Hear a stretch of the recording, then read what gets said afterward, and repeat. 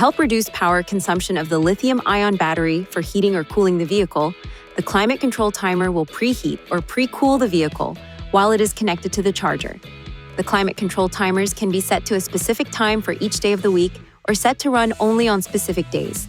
To set the climate control timer, touch the app's key on the launch bar, EV, Climate Schedule, then this key to edit the timer schedule.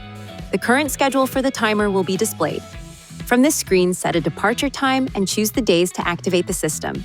Then touch here. Use these keys to adjust the cabin temperature or to set the status of the heated seats and heated steering. Touch here to enable or disable the climate control timer, then touch here to save the settings.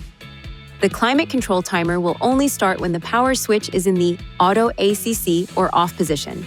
With an active Nissan Connect Services account, you can remotely set and start climate control when your vehicle has a cellular connection.